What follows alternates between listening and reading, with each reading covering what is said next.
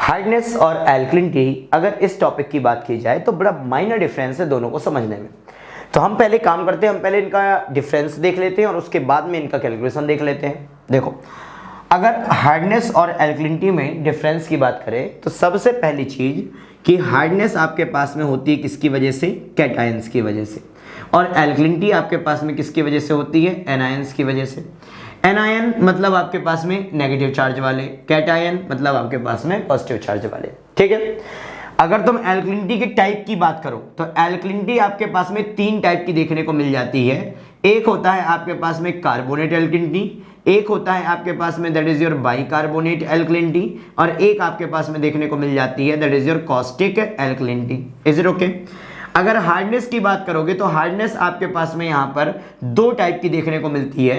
एक आपको देखने को मिलती है कार्बोनेट और एक आपको देखने को मिल जाती है क्या, that is your non carbonate. ये बस दो काम है और यहीं पर सबसे ज्यादा कंफ्यूजन हमको होता है। हम कभी कभी यहाँ पर तीन टाइप का हार्डनेस बोल देते हैं आपके पास, इन तीनों को लेके एल्कलिनिटी आपके पास दो टाइप का बोल देते हैं। तो ये ध्यान रखना कि एल्कलिनिटी आपके पास में तीन टाइप का और हार्डनेस आपके पास में दो टाइप का है। Is it okay?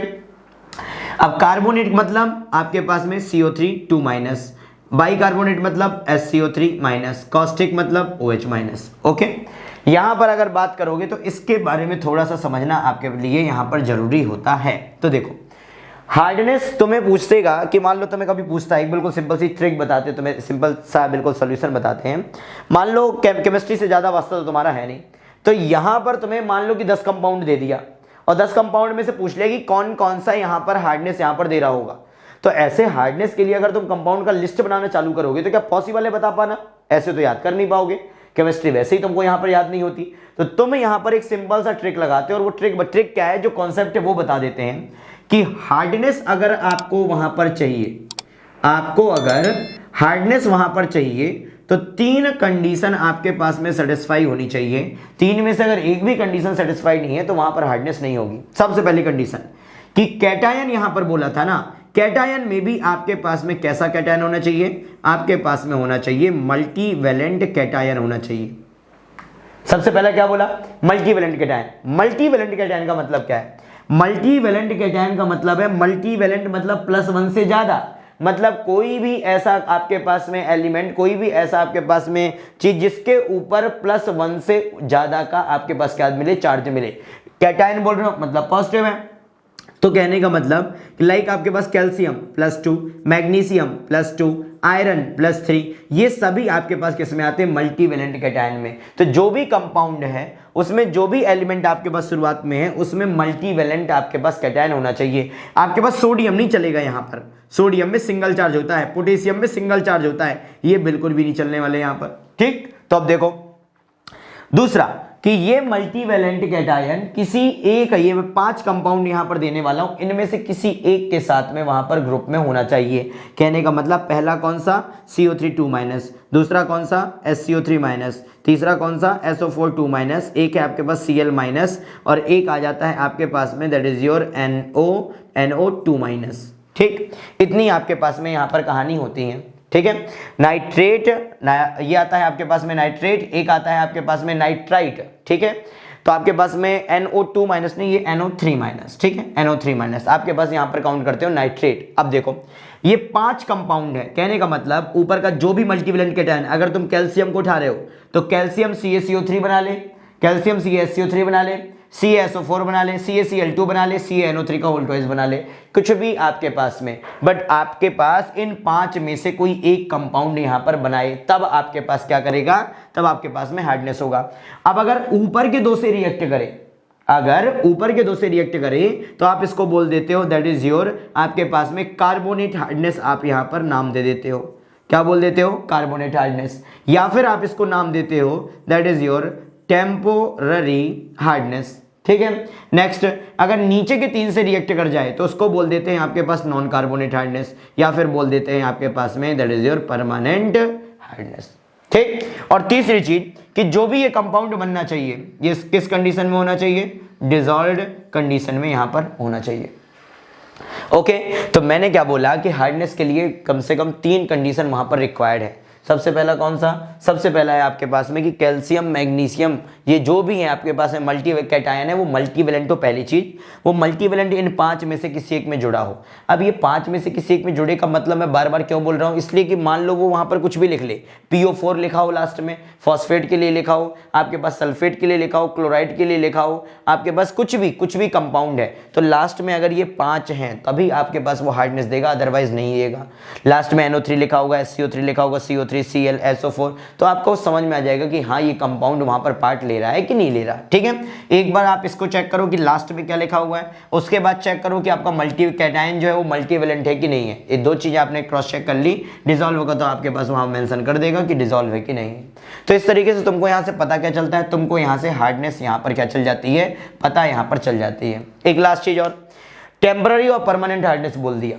कैसा हार्डनेस बोला, टेम्पररी और परमानेंट, तो मतलब क्या है तुम्हारा, तो टेम्पररी हार्डनेस उस हार्डनेस को बोलते हैं जो नॉर्मल बॉइलिंग करवाओ या लाइम डाल दो पानी में तो रिमूव हो जाए। यहीं पर अगर आपको एक्स्ट्रा एफर्ट लगाने पड़ जाए तो आप उसको क्या बोल दोगे, परमानेंट हार्डनेस। तो टेम्पररी के लिए आप बॉइलिंग लाइम यूज कर लेते हो, बट परमानेंट हार्डनेस को हटाने के लिए आपको वहां पर क्या करना होता है, आपको वहां पर निकालना होता है क्या, सॉफ्टनिंग टेक्निक लगानी पड़ती है, और सॉफ्टनिंग टेक्निक आपके पास में रिमूव करती है किसको, परमानेंट हार्डनेस को। Is it okay? तो इतनी कहानी आपके पास किसकी हुई, आपके पास यहाँ पर एल्कलिनिटी और हार्डनेस की कहानी हुई। बात आ जाती है थोड़ा सा कैलकुलेशन की। तो देखो आप क्या करते हो, यहाँ पर हार्डनेस में आपके पास 2 हैं, एक है कार्बोनेट और एक है नॉन कार्बोनेट। अगर यहाँ पर इसको बताऊं तो आप बोलते हो कि टोटल हार्डनेस आपके पास क्या होगा, carbonate hardness plus non carbonate hardness का टोटल होगा कि नहीं होगा। आपने बोला carbonate hardness plus non carbonate hardness that is your total hardness. यहीं पर आपके पास में अब आता है कि आपको एल्कलिनिटी का वैल्यू भी सपोज कुछ ना कुछ यहाँ पर दिया हुआ है। अब बोलता है कि कार्बोनेट हार्डनेस कितना होगा। तो यहाँ पर जो ध्यान रखने वाला कॉन्सेप्ट है वो ये है कि कार्बोनेट हार्डनेस हमेशा और हमेशा टोटल हार्डनेस और एल्कलिनिटी इन दोनों में जो भी मिनिमम होगा उसको आप सिलेक्ट करेंगे एज अ कार्बोनेट हार्डनेस। एक बार आपने कार्बोनेट हार्डनेस सिलेक्ट कर ली तो आपके पास में नॉन कार्बोनेट हार्डनेस क्या हो जाएगा, that is your total hardness minus carbonate hardness. तो नॉन कार्बोनेट हार्डनेस निकाल लोगे, आंसर आ गया यहाँ पर। बात समझ में आता है? तो बस कॉन्सेप्ट क्या है, यहाँ पर प्रॉब्लम है थोड़ा सा, मतलब यहाँ पर आपको समझना है। एग्जाम्पल ले लेते हैं, चलो एग्जाम्पल अगर मैं बोल दूं कि मेरे पास में टोटल हार्डनेस है कितना, सपोज 200 मिलीग्राम पर लीटर। यहीं पर अगर अगर आपके पास में मैं एल्कलिनिटी बोल दूं और एल्कलिनिटी बोल दूं मैं 150 मिलीग्राम पर लीटर, तो अब मुझे बोलता है कि कार्बोनेट और नॉन कार्बोनेट बताओ, तब क्या करूंगा, कार्बोनेट हार्डनेस 200 और 150 इन दोनों में मिनिमम कौन सा है, तुम बोलते हो 150, तो कार्बोनेट हार्डनेस कितना हो गया, 150 मिलीग्राम पर लीटर हो गया, पहली चीज। ठीक, दूसरा आपने बोला नॉन कार्बोनेट हार्डनेस, तो दैट इज इक्वल टू क्या हो जाएगा, total hardness minus carbonate hardness, मतलब 200 minus 150 and that will be equal to 50। आपके पास में राइट आंसर हो जाएगा। तो ये कैलकुलेशन है, ठीक है, ये एक केस बता दिया। अभी यहीं पर अगर मैं इसका उल्टा कर दूं, मैं घुमा देता हूं चीजें, कहने का मतलब कि टोटल हार्डनेस बोल देता हूं आपके पास 150 और एल्कलिनिटी का वैल्यू बोल देता हूं आपके पास 200, तब आप कार्बोनेट हार्डनेस क्या लोगे, तो टोटल हार्डनेस और एल्कलिनिटी दोनों का आप मिनिमम यहां पर सिलेक्ट कर लेते हो। तो यहां पे आया 150, यहां से आया 200, इन दोनों का मिनिमम ले लिया, तो ये आपके पास में क्या हो गया 150 आपके पास क्या हो गया, कार्बोनेट हार्डनेस। अब यहां पर पूछेगा नॉन कार्बोनेट हार्डनेस, तो यहीं पर सबसे ज्यादा गलती आप करते हो। अब यहीं पर अगर नॉन कार्बोनेट हार्डनेस बोलता तो आप क्या करते, 200 में से इसको घटाते, भैया ऐसा हो गई क्यों, टोटल हार्डनेस कितना दिया है 150, कार्बोनेट कितना है 150, माइनस करोगे तो कितना आएगा 0, यहाँ पर आ जाएगा, कहानी यहीं पर खत्म हो जाएगी। Is it okay? बात समझ में आता है? तो कुछ इतनी कहानी आपके पास में यहाँ पर देखने को मिलेंगी, ठीक है, और आगे चल सकते हैं। तो ये आपके पास में क्या था, हार्डनेस और एल्कलिनिटी को। अब अगर बात करें कि सर हार्डनेस का वैल्यू ये वाला कैसे आएगा, तो उसके लिए फॉर्मूला होता है। आप बोलते हो कि मल्टीवेलेंट कैटायन का कंसंट्रेशन इनटू CaCO3 का इक्विवेलेंट वेट डिवाइड में कर देते हो equivalent weight of that multivalent ion, इतना आपके पास में। तो वो निकालने का तरीका अलग है। अभी आपके पास जो एग्जाम में पूछा जाएगा, जो आपके जूनियर इंजीनियर असिस्टेंट इंजीनियर के एग्जाम के हिसाब से है, वो कुछ इस हिसाब से डेटा वहां पर दिया जाता है। Is that clear?